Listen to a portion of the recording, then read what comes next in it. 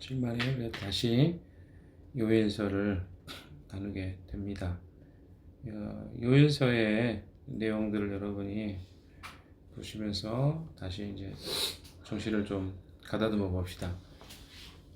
일주일 정도 지나다 보니까 요일서에서 어떤 내용이 있었는지를 잘 기억을 못할 수도 있을 것 같습니다. 여러분, 요일서는 어떤 특정한 시기를 지칭하지는 않는다고 했습니다. BC 800년부터 시작해서 BC 500년까지 각자 다른 연도를 주장하는 신학자들이 많이 있습니다. 그러나 우리가 이제 정리를 했을 때 BC 500년경 포로 이후의 시대의 사람들에게 기록된 서신이라고 보는 것이 타당하겠다. 그 정도 이야기를 드렸고요. 그리고 어떤 누구의 침입이냐, 또 어떤 재앙이냐, 이런 구체적인 내용들 속에 누구의 침입인가에 대해서는 언급이 없습니다. 무엇이 그들에게 문제였는지도 그렇게 큰 내용이 나와 있지 않습니다. 그러나 알 수 있는 것은 이 메뚜기 재앙이 임했다는 거죠. 국가적 재앙입니다. 그리고 또 하나 예측해 볼 수 있는 건 뭐냐면 이 구약에서 요엘의 위치입니다. 아모스서와 호세아서의 중간에 들어가 있습니다. 그래서 이런 배경을 통해서 심판의 메시지들, 특히 우상 숭배라든가 각종 그 사회 안에 있는 하나님의 공의와 자비와 사랑이 사라져버린 그 모습들이 이제 요엘서의 배경이라고 할 수 있겠습니다. 그래서 그런 상태에 있는 사람들에게 하나님의 심판, 특별히 여호와의 날이라는 말이 굉장히 중요한 주제예요. 하나님의 여호와의 날이라는 것은 어떻게 보면 우리에게 축복이죠. 하나님이 임재하시고 임하시는 날이니까 마치 하나님 나라와 비슷합니다. 어떤 이들에게는 이것이 축복이지만 어떤 이들에게 이것은 심판의 날이 되기도 합니다. 여호와의 날이라는 것도 똑같습니다.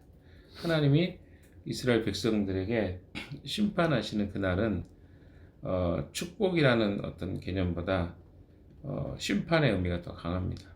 왜? 그들이 하나님 앞에 준비되어 있지 않았고 하나님의 공의와 하나님의 자비, 인애를 따라 살지 않았던 그들의 사회와 모습들 안에 있는 잘못을 하나님이 심판하고 징계하는 측면에서 여호와의 날은 심판의 날이 되는 것입니다. 자, 그런 측면에서 지금 13절 이하의 이야기는 성전 제사장들을 향한 요엘의 촉구이죠. 같이 13절 이야기를 읽어보도록 하겠습니다. 시작. 제사장들아 굵은 베옷을 입고 슬피 울어라. 제단 앞에서 섬기는 자들아 통곡하여라. 하나님을 섬기는 자들아 굵은 베옷을 입고 성전으로 가서 밤을 새워 통곡하여라. 너희가 날마다 아침 저녁으로 하나님의 성전에 바칠 곡식 제물과 부어드릴 제물이 떨어졌다. 성전 제사장들이죠. 들을 향해서 요엘이 5가지의 동사를 사용해서 그렇죠. 이 13절에만 5가지 동사가 사용됐습니다. 무엇입니까? 베옷을 입어라. 그렇죠? 입고 라는 이야기에서 입으라라는 말이고 그 다음에 애곡하라, 울어라 라는 말입니다. 그리고 통곡하라, 그렇죠? 또 오라, 가라, 그러니까 가서 베옷을 입어라는 말은 똑같이 나왔으니까 성전으로 가서 그 다음에 밤을 지새우라, 밤을 세워라는 5개 동사가 나오는데 굉장히 행동 속의 내용들이 뭡니까? 입고, 애곡하고, 통곡하고, 가고, 밤을 지새워라. 여기서 밤을 세라는 말은 무슨 의미일까요? 밤새도록 깨어있으라는 그런 말이 아니라 밤을 보내라, 투숙해라 이런 의미입니다. 잠을 거기 어디 가서 자라는 거죠? 성전에서 자라 명령하고 있습니다. 성전에 가서 굵은 베옷을 입고, 집이 아닌 성전에서 잠옷이 아니라 굵은 베옷을 입고 잔다는 것은 무슨 표현일까요? 애통함의 표현이에요. 그러니까 심판을 당하면요, 해야 될 행동이 있어요. 우리 삶에 어떤 문제들을 겪을 때 하나님이 원하는 것은요, 그 문제와 일들에 대해서 하나님께 반응하는 걸 원하십니다. 왜냐하면 이 문제가, 이 일들이 하나님이 주시는 어떤 메시지들이 있는 거거든요.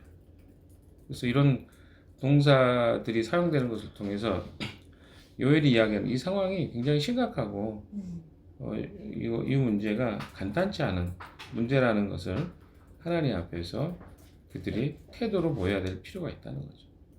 단순히 곡식과 포도주가 없어서 하나님 앞에 제사, 소제와 전제를 드리지 못하는 것이 아니라, 이것은 하나님으로 말미암아 존재하게 된 그 하나님 백성들인데, 이것은 뭐예요? 하나님 앞에 예배를 드릴 수 없다. 하나님 앞에서 그들이 가지고 나아갈 것이 없다. 이건 무엇입니까? 그들의 존재의 근본이 흔들리는 문제거든요. 그래서 이걸 심각하게 여기라는 거죠. 그러니까 이건 너무 당연한 겁니다. 그리스도인의 삶에 있어서 내 삶에 어떤 문제와 일들이 다가올 때 우리는 어떻게 바라봐야 되는가? 하나님 앞에 그 문제를 가지고 나아가야 되는 존재들이 그리스도인들이고, 그것이 하나님 백성들이에요. 근데 그렇게 하지도 않아요. 문제가 생겼는데 그냥 어떻게 지나가겠지 하거나, 무언가를 다른 존재를 의지하거나, 이것이 우리의 굉장히 일상적인 삶의 모습입니다. 나는 아니에요 라고 말하지 마세요. 우리의 모습 안에 이런 것들이 굉장히 강하게 있습니다. 그래서 요엘 선지자를 통해서요, 그런 일이 닥치거든. 민족적 재앙, 혹은 지구적 재앙, 또 어떻습니까? 내 삶에 굉장히 큰 어떤 문제와 일들이 닥쳤을 때 우리는 그걸 회피하려고 노력합니다. 마치 없었던 일처럼 생각하고 싶어 해요.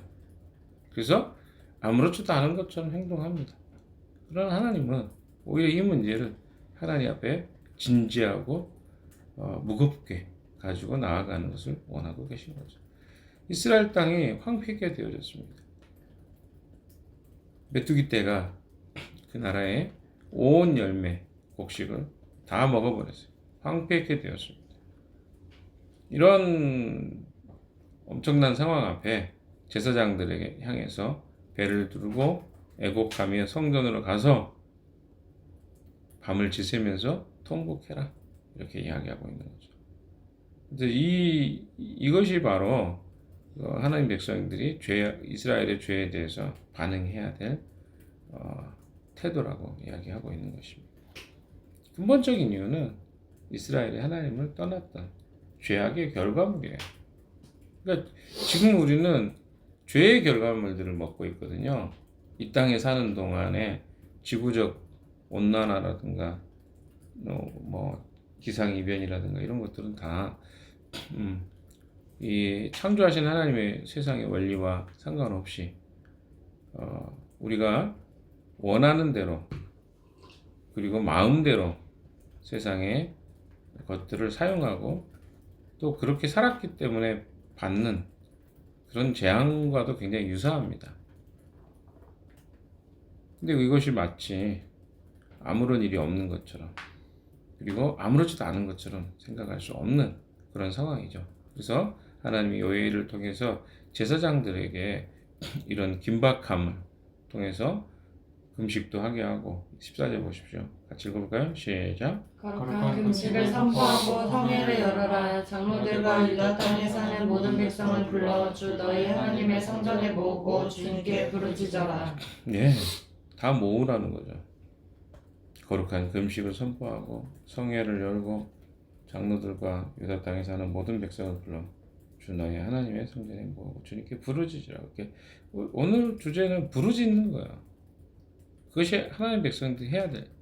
금식이라는 것은 여러분이 잘 많이 해보셨기도 했겠고, 또 그것이 어떤 의미인지 모르고도 금식을 많이 했을 가능성이 있습니다. 근데 아까도 제가 이야기 드렸던 것처럼 이 요엘서는 호세아서하고 아모스서 사이에 딱 놓여 있습니다. 유대인들은 과거부터 시작해서 호세아서부터 말라기까지를 한 권의 책으로 그렇게 생각했어요. 근데 배열을 그렇게 했단 말이에요. 유대인들의 구약의 그 책 속에 크게 보면 이사야서, 에레미야서, 에스겔서 그리고 한 권으로 소선지서. 이게 이 애언서들은 이렇게 네 부류로 생각을 했어요. 크게 보면. 이건 뭐 에레미야 애가도 있지만 그 에레미야서로 포함이 되고 그러겠죠. 에스겔서, 그 다음에 이제 다니엘서 뭐 있긴 있지만 나머지를 볼 때는 대부분이 12권을 한 권의 책으로 생각했단 말이에요. 그래서 요엘서를 아모스서와 호세아서의 중간에 넣었다고 아까 말씀을 드렸습니다. 그러니까 이 말은 뭡니까? 이런 호세아서의 메시지와 아모스서의 메시지가 요엘서와 연관이 있다는 거예요. 호세아서에서는 어떻습니까? 14장 1절에 보면 여호와께 돌아오라는 메시지를 전했습니다. 아모스도 우리가 볼 거예요. 아모스 4장 9절은요. 하나님이 곡식을 마르게 하고 깐부기로 하여금 하나님의 과일 나무를 먹게 하셨어요. 깐부기가 뭐 해충 같은 거죠. 뭐 메뚜기 같은 그런 거라고 생각하시면 될 것 같아요. 그래서 이스라엘이 하나님께 돌아오지 않았기 때문에 심판이 임한다 이런 이야기합니다. 그러니까 돌아오라. 요엘서는 어떻겠습니까? 비슷한 내용인 거예요. 호세아서나 아모스서의 공통적인 죄악이 이스라엘의 죄악이라 이렇게 생각하시면 될 것 같습니다. 그러니까 그 잘못이 무엇이었습니까? 하나님의 공의를 버린 것. 죄악이 이스라엘 백성들 앞에 가득 관연한 것. 특별히 정의와 공의를 저버린 것. 이런 것들 때문에 이스라엘이 다시 하나님께 돌아와야 된다 이런 내용이었잖아요. 근데 그 돌아오는 그 내용 중에 14절에서 보면 금식과 성회로 모이라고 그러잖아요. 금식을 선포하고 성회를 하라. 함께 모이라는 거예요. 하나님 백성이. 금식이 하나님 명령인 경우는 거의 드뭅니다. 공식적인 금식은 속죄일밖에 없어요. 이스라엘 안에서. 그래서 대부분은 어떻게 해요? 그들이 했던 것들 하나님의 은혜와 하나님의 도우심을 구할 때 그들은 기도했습니다. 금식하며 기도했습니다. 그리고 또 자신들의 잘못을 뉘우치며 하나님 불쌍히 여겨주기를 원할 때 금식했습니다.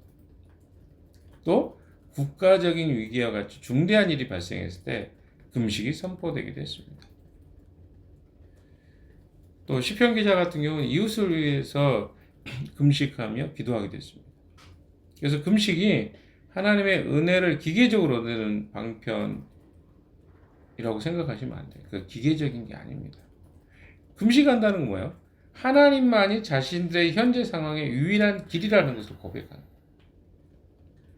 금식을 통해서 자신들을 낮추고 자신들의 잘못과 또 그릇된 행동을 했음을 인정하고 고백하는 것도 당연히 수반되죠. 이게 금식의 의미입니다. 그러니까 이스라엘 백성들이 정말 지금 해야 될 일이 뭐예요? 이런 국가적 위기와 상황들 속에서 그들이 뭘 해야 돼요?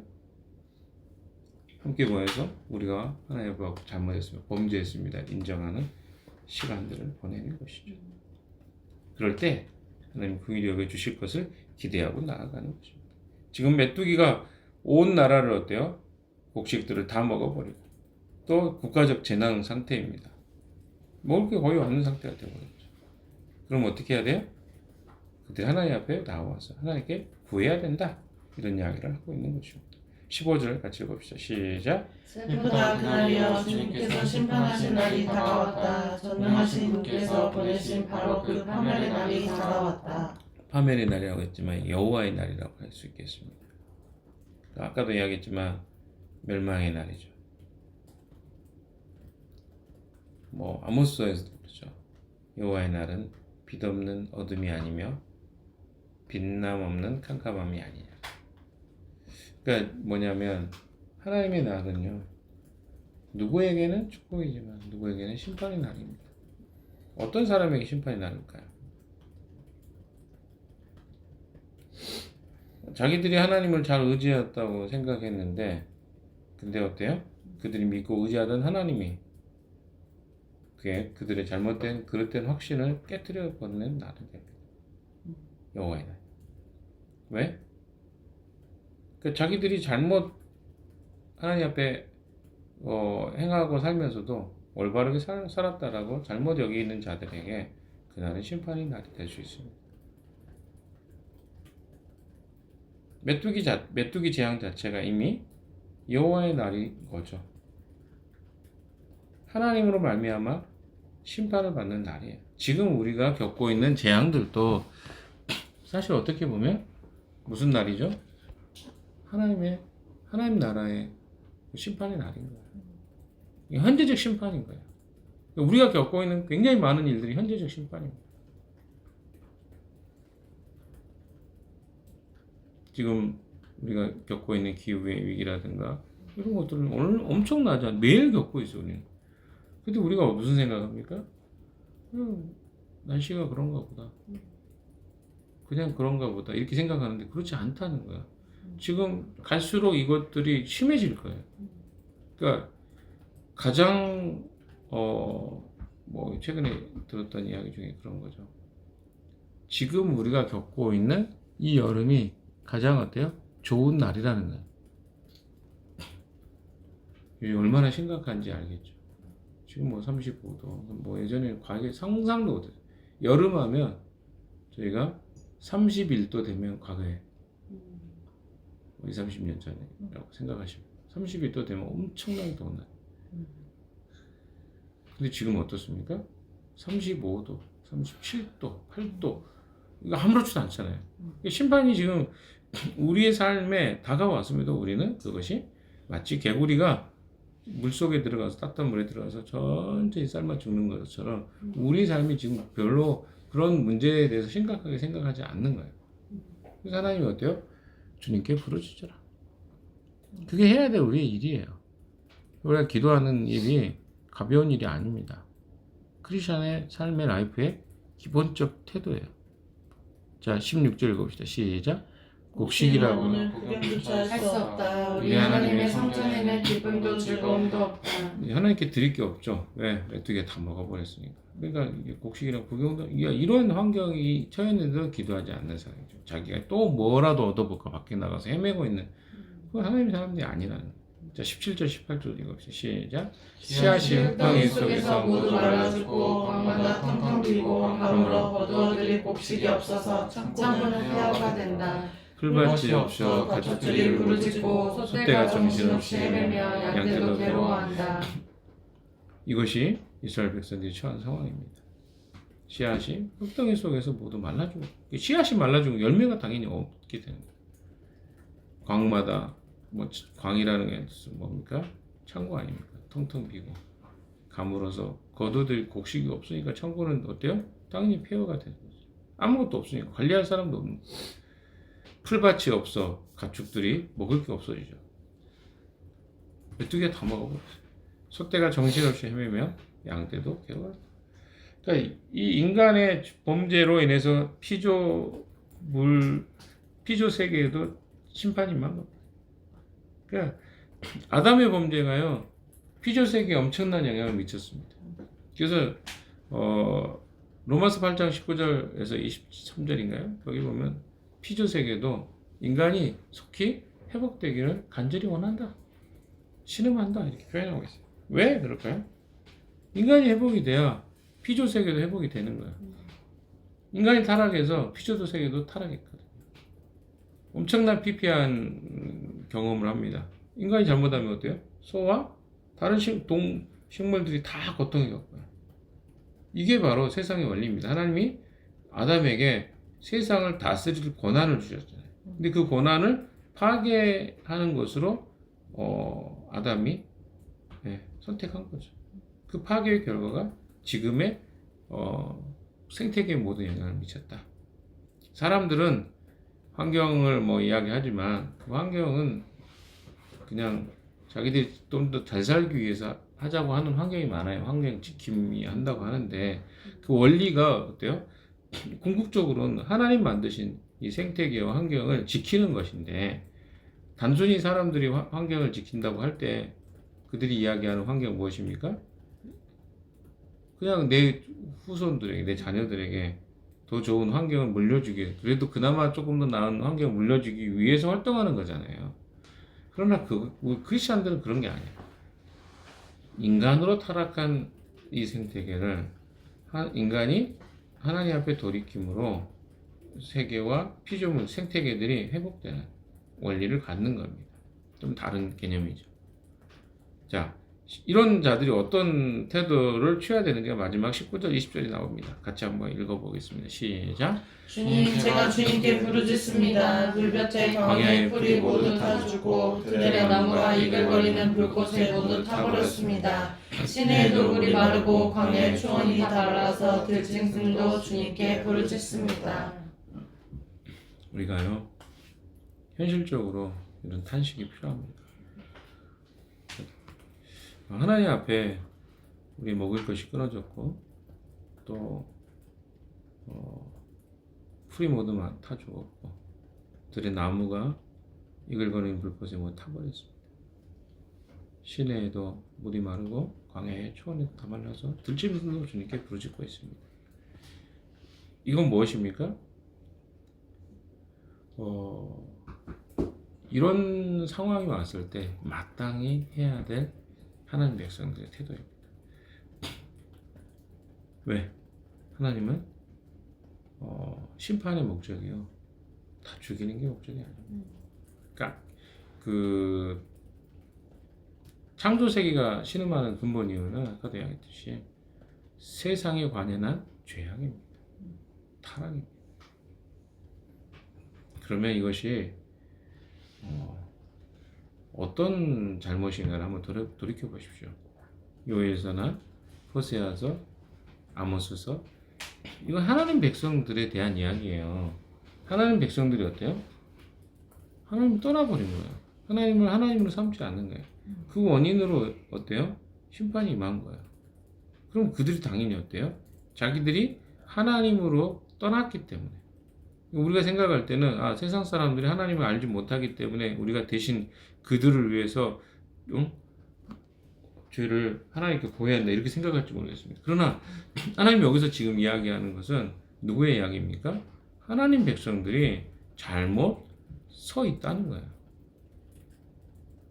그러니까 어떻습니까? 메마른 인생과 삶이 되어버린 거예요. 그래서 이것은 어떻게 보면 하나님 백성을 향한 메시지입니다. 무엇 하라는 거죠? 하나님 앞에 돌아오라는 것입니다. 사랑하는 여러분, 이제 결론을 좀 맺겠습니다.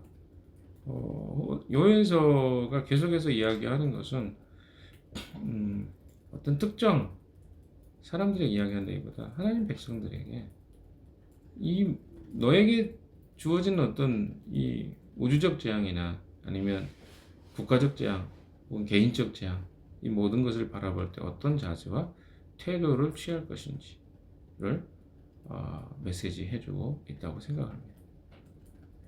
어려움을 겪고 문제를 겪으면 무엇 하라는 거죠?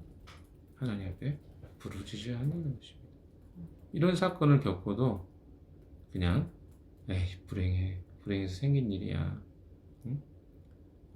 다 인생이 그렇지, 이렇게만 생각하지 말라는 거예요. 요엘처럼 하나님께 나아가서 부르짖어야 한다고 하는 것입니다. 우리의 문제는요, 우리 개인에게 주어진 일들이든 국가적인 일들이든 다 무엇입니까? 하나님 백성들이 주시는 어떤 메시지들이 있어요. 그럼 그들은 무엇을 해야 됩니까? 이런 현실을 가지고 하나님께 나아가서 부르짖는 거예요. 여기 그렇습니다. 19절에도 주님, 제가 주님께 부르짖습니다. 20절에도 들짐승도 주님께 부르짖습니다. 그러면 어떻게 하실까요? 하나님은요, 하나님의 뜻을 돌이키시는 분이라는 것입니다. 구약이나 신약이나 똑같습니다. 신약에도 우리가 잘 아는 것처럼 마태복음 5장의 말씀처럼 가난하고, 또 눈물로 하나님 앞에 호소하고, 또 하나님 앞에 궁핍함을 가지고 그대로 나아가면 하나님 어떻게 하십니까? 그들에게 채우시고 눈물을 닦아주시고 회복시켜주시고 또 자비를 베풀어 주시는 분이죠. 그런 하나님 앞에 나아가는 것입니다. 여러분의 어떤 문제가 있습니까?